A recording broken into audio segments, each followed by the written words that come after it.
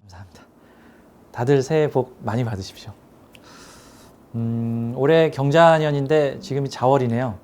이제 며칠 전에 자월이 됐네요. 뭐 어젠가 그젠가 아마 자월로 딱 바뀌었죠. 드디어 자자가 겹쳤습니다. 연운도 잔데 월운도 자예요.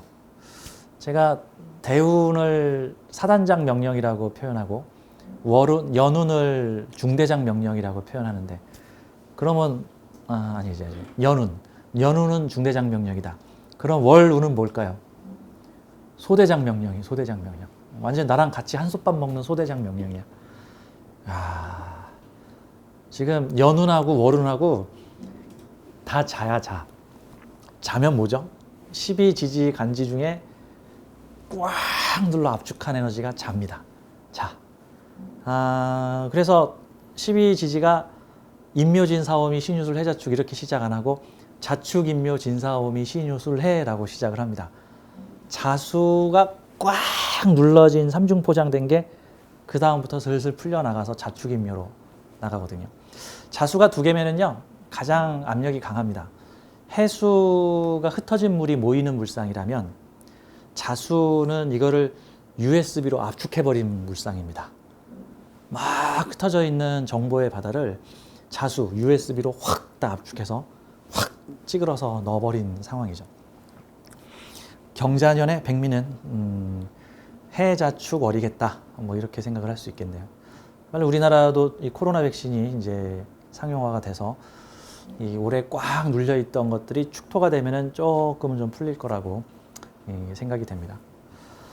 자, 오늘 275강은요. 외국 나가 사업 성공, 외국 인연이 인생 전환점이 되는 사주.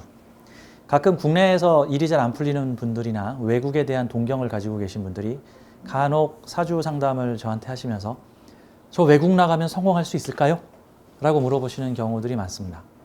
근데 이제 제가 제 상담 고객이 거의 한 열 몇 분 중에 한 분은 외국 분이세요. 외국에 계신 한국인 분들.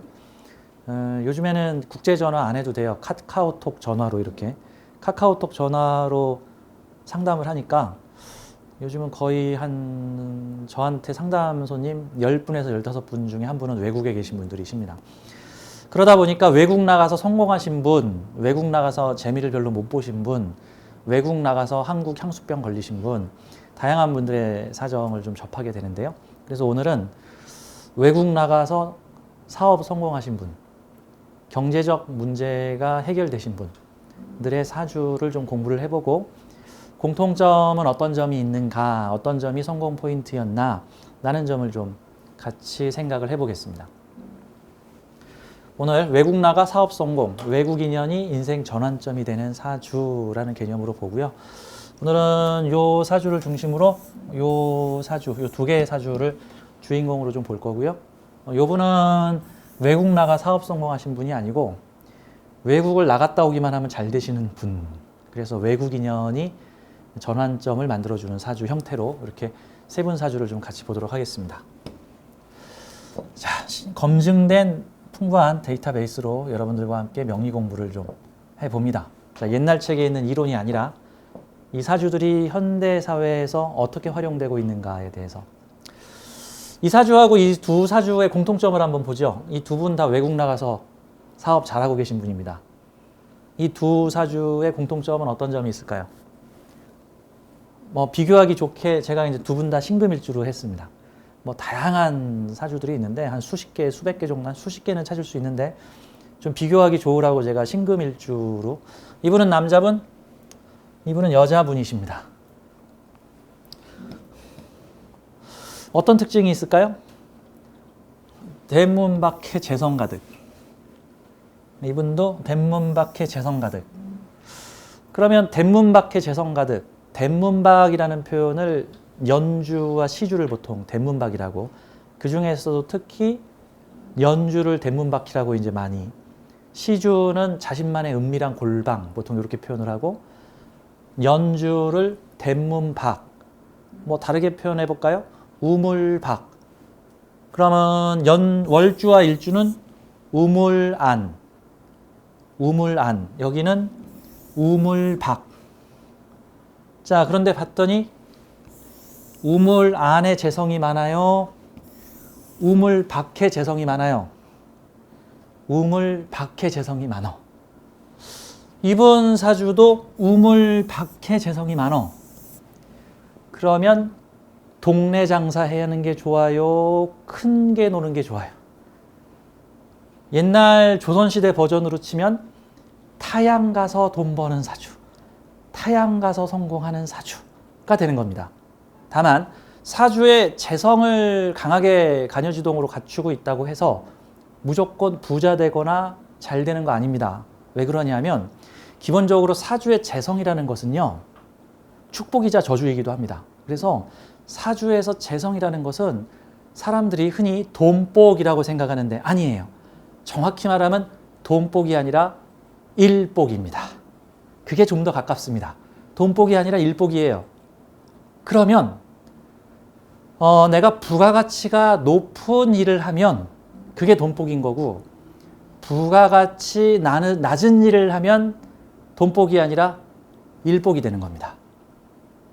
그러면 내 사주에 재성이 많으면 무슨 신경을 써야 되냐면 부가가치가 높은 기술을 가지고 있어야 돼. 인성으로 재성을 다루든지, 그럼 이제 자격, 면허, 공부, 노하우로 컨텐츠로 재성을 다루든지, 식상생재하는 방식이라면은 식상, 좀 부가가치가 높은 기술이나 전문성을 가지고 재성을 생하는 방식을 써야 되고요. 그리고 사주 구조에 따라서는 비경겁제를 활용하여 나 혼자 일하는 게 아니라 다른 비경겁제 부려서 일한다라는 형태를 써주는 것이 필요합니다. 그래서 사주에 재성이 많다고 해서 부자가 아니라 일단 그거는 일복을 나타내는 거고, 핵심은 부가가치가 높은 일을 해야 한다. 자기 발전시켜야 한다. 저는 그냥 열심히 일하는 기술밖에 없습니다. 이러면 이게 일복이 되는 겁니다. 부가가치가 높아야 돼요. 자기 개발을 해야 됩니다. 그러면 돈복이 됩니다. 그 다음부터는 돈복이 돼요. 자, 이 두 분의 사주는 전부 연주의 재성을 크게 가지고 있는데요. 자, 이번에는 우리 이런 개념으로 한번 보도록 하겠습니다. 참고로 말씀드리면 무재성인데도 부자 많습니다. 사주는 그 사주의 장점을 얼마나 잘 이용하느냐에 따라서 어떤 세속적 재물의 이득이 있는가 없는가가 차이가 있는 거지, 일단은 재성이 보통은 환원하기 가장 좋은 재물 에너지이기 때문에 그래요. 그래서 일반적으로 명리학에서 돈복을 재성을 가지고 보는데 재성만 돈복은 아닙니다. 이게 이제 무슨 원리냐면요, 예를 들어서 사람으로 한번 비유해봐요. 사람이 가지고 있는 인자들 중에 칼로리로 바꾸기 제일 좋은 에너지들, 이런 거 뭘까요? 이렇게 보면 돼. 사람은 지방 있죠, 지방. 지방도 언제든지 에너지로 바꿀 수 있어, 지방을. 그런데 지방을 에너지로 바꿔 쓰는 방법은 솔직히 말하면 다소 급이 떨어지는 방법이야. 왜 그래요? 지방을 에너지로 바꿔 쓰기 위해서 에너지를 많이 쓰려면 내가 뚱뚱해지거든. 지방이 많아지거든. 물론 보기 좋게 지방이 있으면 아주 아름다운 몸이 되지만, 이게 이제 보기 좋게끔만 지방을 축적하기가 좀 그렇잖아요. 이게 다 딱 요만큼만 나왔으면 좋겠는데 막 더 나오고 막 배가 나오고 막 한단 말이죠. 그러니까 사람은 지방을 가지고도 에너지로 쓸 수 있고 단백질을 가지고도 에너지를 쓸 수 있어요. 근데 보통은 몸 관리를 할 때 강조하는 게 뭡니까? 보통은 지방보다는 단백질로 근육을 만들어서 탄탄한 몸을 만들어서 에너지를 만들면 보기가 좋죠. 근데 그게 어렵죠. 어렵잖아. 운동해야 되잖아. 단련해야 되잖아. 마찬가지예요. 사주에서도 재성을 돈으로 쓰는 거는 좀 쉬운데, 이 재성이 참 뭐라고 표현할까? 이게 잘못 쓰면 독이 돼요. 그러니까 돈복이 아니라 일복이 돼버려. 그냥 돈복이 아니라 일복. 어떤 면에서는 재성이 아니라 인성, 관성, 식상을 돈복으로 쓰는 사주가 어떤 면에서는 더 퀄리티가 높고요. 특히 가장 난이도가 높은 비경겁제를 에너지로 쓰는 사주가, 이게 사람복이죠, 사람복. 사람복으로 부자 되는 사람은 진짜 고수 중에 고수, 정말 고수 중에 고수라고 보는 겁니다. 근데 일단은 오늘 상담한 이 강의하는 분은 일단은 재성을 좀 가지고 활용을 좀 해보도록 하겠습니다. 다만 이제 이렇게 강의를 하고 나면 분명히 이제 어떤 분들이 내 친구는 재성 하나도 없는데 부자다 뭐 이런 분들 계실 수가 있어서 사람이 지방 가지고 에너지를 만들기도 하지만 단백질을 가지고 에너지를 만들기도 하고 다른 성분을 가지고 에너지를 만들기도 한다. 근데 보통 에너지로 만들기 가장 편한 게 지방인데 문제는 지방을 에너지로 쓰려면 부작용이 있다. 이런 거와 같은 거예요. 재성은 재물화하기 가장 좋은 십성 에너지 중에 하나지만 이 재성 없다고 해서 가난하고 뭐 이런 거 아니다라는 거예요. 다른 에너지 방식으로. 제가 관리하는 사장님들 중에서 고정 상담을 통해서 관리를 해드리는 한 10여 분 정도 되시는 프랜차이즈 사장님들이 계시는데 그 중에 제일 부자, 프랜차이즈 제일 부자이신 분은 기본적으로 무재성이에요. 무재성의 관성다자예요. 그래서 그분은 권리부자예요. 권리부자. 재성부자나 인성부자도 아닌 그 난이도 높다는 권리부자를 가지고 계신. 그래서 그분은 사업권 가지고 부자 되시는 분이야. 사업권 가지고. 뭐 이런 형태. 자, 다음. 이제 오늘 재성에 대해서 얘기하는데 제가 좀 얘기가 길었습니다. 자, 재성도 천간재성하고 지지재성에 대해서 좀 얘기를 해보죠. 천간재성과 지지재성의 차이를 좀 보겠습니다. 재성이라고 다 같은 재성이 아닙니다. 자, 이렇게 보죠. 천간재성은 재물의 활용, 운영, 경영 이런 측면입니다. 허공에 뜬 재성 다루다 같은 거예요. 그러니까 돈 다루는 능력이나 재화를 다루는 관리 능력이 뛰어나다예요. 재성은 소유물도 되는데요. 내가 책임져야 되는 것도 되는 겁니다. 내 강아지, 내가 책임져야죠. 아무나 물면 안 되죠. 내 자동차, 내가 관리 잘해야죠. 내 자동차가 어디서 사람을 치면은 뭐가 됐든 간에 내가 그거 책임져야 되는 거죠. 내 영역에서 일어난 다툼이나 분쟁, 내가 운영하고 있는 식당에서 신발이 잊어버렸어. 그거 물어줘야 되고요. 내 운영하고 있는 놀이터에서 애가 다쳤어. 그럼 내가 치료비 대줘야 돼. 자, 재성이라는 거는 내 소유 개념이기도 하지만 내 책임져야 되는 개념이기도 한 거예요. 이게 이래서 재성이 있으면 책임감이 있다. 거기에 관성이 덧붙여져 있으면 확실하게 책임감이 있다. 라고 보는 겁니다. 자, 나의 책임 권역인데 천간재성은 재물의 활용이라는 개념이 강하고요. 지지의 재성은 재물의 인프라, 기반, 미천, 자본을 뜻합니다. 비유를 하자면은 어떤 사람이 아주 고품질의 소금이 생산되는 염전을 가지고 있어. 그러면 그 사람은 재성밭을 가진 거야. 재성밭을. 염전, 소금밭을 가지고 있는데 이 소금밭에서 고품질의 소금이 생산되고 있어. 그러면 그 사람은 지지재성을 가진 거예요. 돈이 생산될 수 있는 밭을 가지고 있는 거니까. 자, 지지 소금밭인데 그 사람이 거기서 생산되는 소금을 딴 데 쓰는 게 아니라 자기 집 김장 담그는 데만 쓰고 있어. 그러면 천간적으로 활용을 하지 않고 있는 거야. 그럼 효율이 많이 떨어져요. 우리 집 앞마당의 인삼밭에서 엄청난 인삼이 만들어지고 있는데 고품질의 인삼이 나오고 있는데 이거 장터에 내다 팔지 않고 그냥 우리가 그냥 장 담궈 먹고 인삼 좀 담궈 먹고 있어. 내 보양식으로 먹고 있어. 이러면 천간 활용이 잘 안 되는 거죠. 효율이 많이 떨어지죠. 그런데 만약에 천간재성이 왔다. 그러면 내가 운영하는 소금밭을, 내가 운영하는 인삼밭을 경영 운영하는 거예요. 천간으로 올라서 그 재성, 내 소금밭의 천일염을 내륙지방에 팔아서 비싼 값을 받아오다. 이러면 경영을 하게 되는 거죠. 자, 재물의 활용 같은 겁니다. 자, 그럼 이렇게 한번 보죠. 사주에서 어떤 사람이 천간의 재성이 있는데 지지의 재성이 없다라는 뜻은 재물을 활용하는 능력은 가지고 있는데 재물밭이 없다라는 뜻이에요. 즉 소금밭을 기가 막히게 운영하고 소금밭에 소금을 갖다 팔 수 있는 능력이 있는데 소금밭이 없다. 인삼 팔 수 있는 능력을 가지고 있는데 인삼밭이 없다. 뭐 이런 뜻인 겁니다.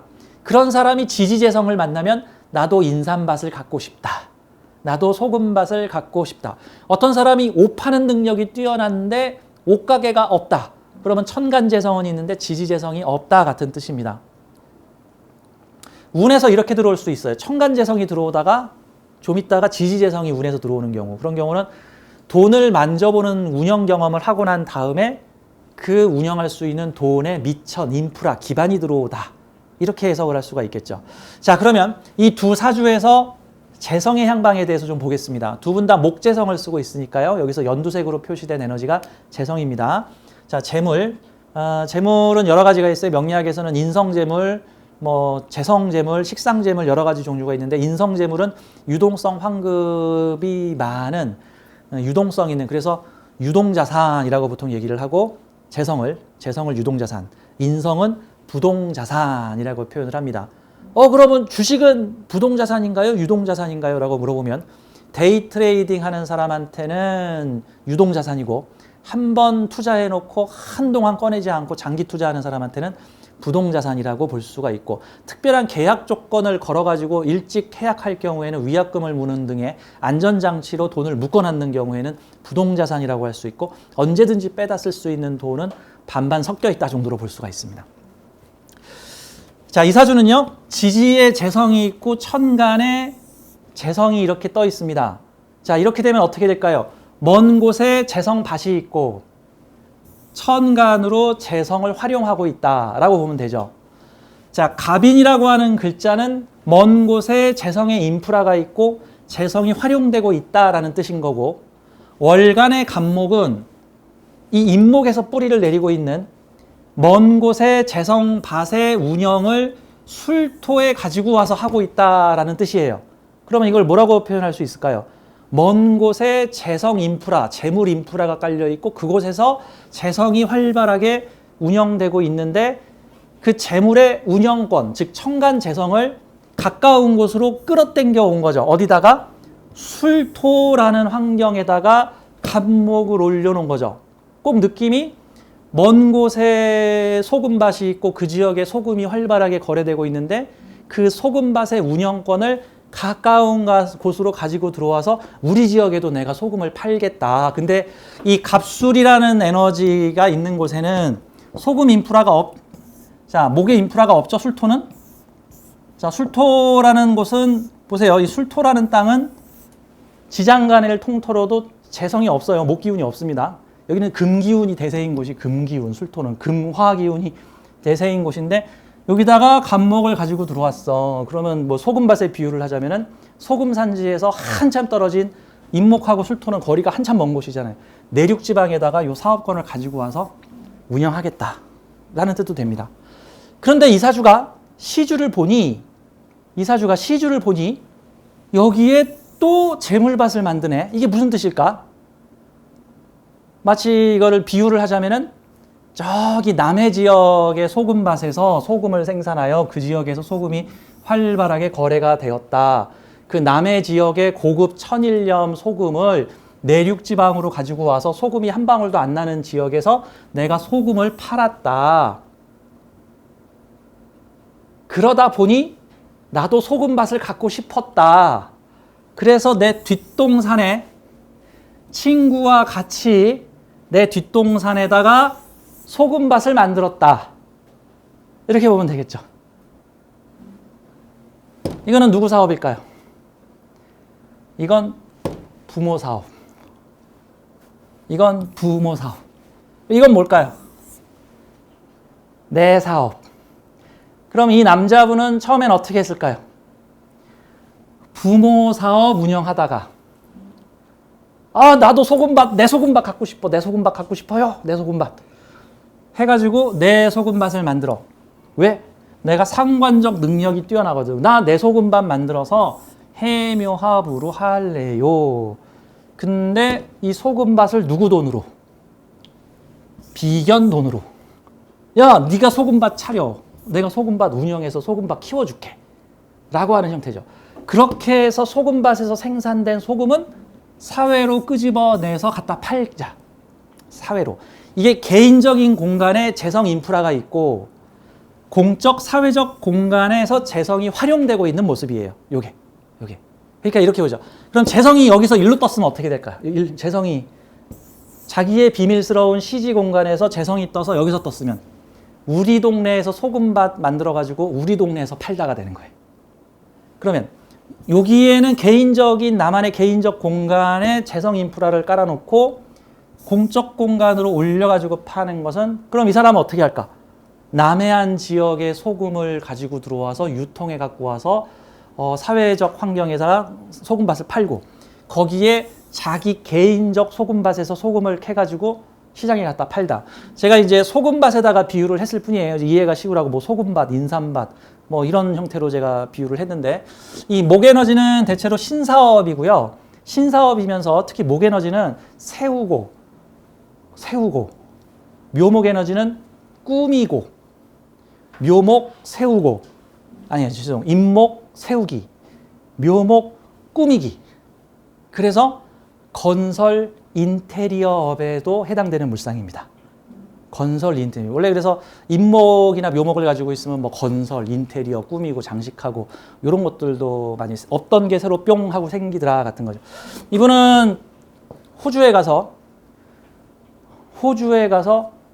건설업을 하고 계신 분인데 이 부모님이 호주에 가서 건설업을 하셨고 그래서 부모님 사업을 운영을 하면서 확장을 했고 영역을 확장을 했고 근데 이게 이제 이게 부모 지시 받아가지고 부모의 노하우를 전수받아서 내가 기술을 가지게 된 거잖아요, 그렇죠? 부모의 돈 운영 노하우를 전수받아서 내가 술토의 간섭을 받으면서 해수라고 하는 돈 불리는 재주를 키웠고 그래서 해묘합국으로 친구와 형제 동업으로 같이 편제 사업을 하게 되는 사주라고 보면 되겠죠. 그래서 이분은 현재 호주에서 인테리어 건축 사업을 하고 계시는 선대로부터 이어받아서 인테리어 사업을 하고 계시는 분의 사주입니다. 이분은 부모 때부터 어느 정도 자리를 잡아놓은 거를 가지고 들어온 형태라고도 좀 볼 수가 있습니다. 그 다음 또 하나 한번 이렇게 보죠. 지지는 인프라 기반, 천간은 운용 활용. 이거 기억하세요. 지지는 인프라 기반, 천간은 운용 활용. 그러면 지지에서 재성운이 차곡차곡 깔리는 거는 어떤 운일까요? 지지에서 재성운이 깔리는 거는 재물의 인프라 기반이 하나하나 놓이는 시기. 그 다음에 천간에 재성이 뜨면 어떻게 될까요? 이게 뭐냐면은 소 2마리를 사갖고 와서 목장을 차리겠다는 원대한 꿈을 꾸고 소 2마리를 사가지고 와서 새끼를 까서 소를 늘리기 시작해. 이게 뭐죠? 목장 인프라 구축이죠. 뭐 2마리, 3마리밖에 없는데 그걸로 뭐 어떻게 장사를 해. 막 50마리는 돼야지 이게 장사가 되지. 그쵸? 그래서 3년 동안 소를 기르고 키워가지고 투자를 해서 소를 50마리 정도 만들었어. 4년째, 5년째부터는 그 5, 60마리의 소를 갖다가 우유도 짜고 고기도 팔고 뭐 해가지고 거기서부터 매달 얼마의 안정된 수익, 운영을 하기 시작을 했어. 그거는 지지 재성의 기간을 거쳐서 재성의 인프라를 구축하고 천간 재성으로 올라가서 그 재성을 활용하다라고 보면 되겠죠. 그쵸? 사실 재물은 지지 재성운에서는 재물 인프라 구축이니까 오히려 돈을 벌기보단 돈을 까먹는 시기가 더 들어갈 수도 있죠. 이게 투자의 개념으로도 볼 수 있는 거니까. 그 다음에 천간에서 재성이 뜰 때 그걸 활용하다라는 개념으로 볼 수 있겠죠. 그러면 예를 들어서 올해 코로나 직격탄 때문에 소가리를 하고 계시는 일주들이 있습니다. 올해 코로나 직격탄 때문에 아이고 내 속이 탄다. 점쟁이가 분명 돈 번다 그랬는데 나 왜 작년 올해 다 이 모양이냐 하시는 분들이 누구냐 하면 무기토일주. 무기토일주가 작년에 해, 올해 자, 내년에 축이야. 그럼 지지 해자축이야. 그러면 재물이 들어오는 운이면 재물이 들어와야 돼. 근데 이렇게 보죠. 무토나 기토일주들한테 해자축은 재성을 활용하는 운입니까? 재성 인프라 까는 운입니까? 재성 인프라 까는 운입니다. 그러면 이렇게 해서 내년까지 재성 인프라가 해자축으로 깔리면 언제 활용이 될까요? 이민년, 계묘년, 2022년 이민년, 2023년 계묘년이 되면은 천간 재성이 뜨죠. 그럼 이게 해자축에 재성 기반 깔고 이민 계묘년에 활용하다. 목장 키워 3년 동안 목장 키워 소 50마리 만든 다음에 드디어 얘네들 팔아가지고 운영이 되기 시작하다. 이런 개념으로 보면 되죠. 자, 이런 거는 이 사주 원국에서도 볼 수 있고요. 다음에 운을 보는 측면에서도 볼 수 있습니다. 이게 운을 보는 측면이 어떤 거냐면요. 육식갑자를 보고 운을 본다라는 개념으로 한번 보죠.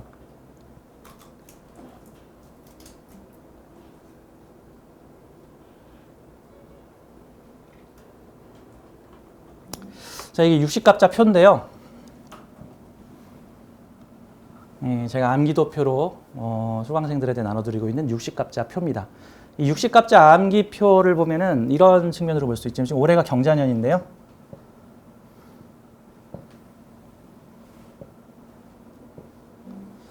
자, 작년이 기해년, 올해가 경자년, 이제 올해가 얼마 안 남았죠.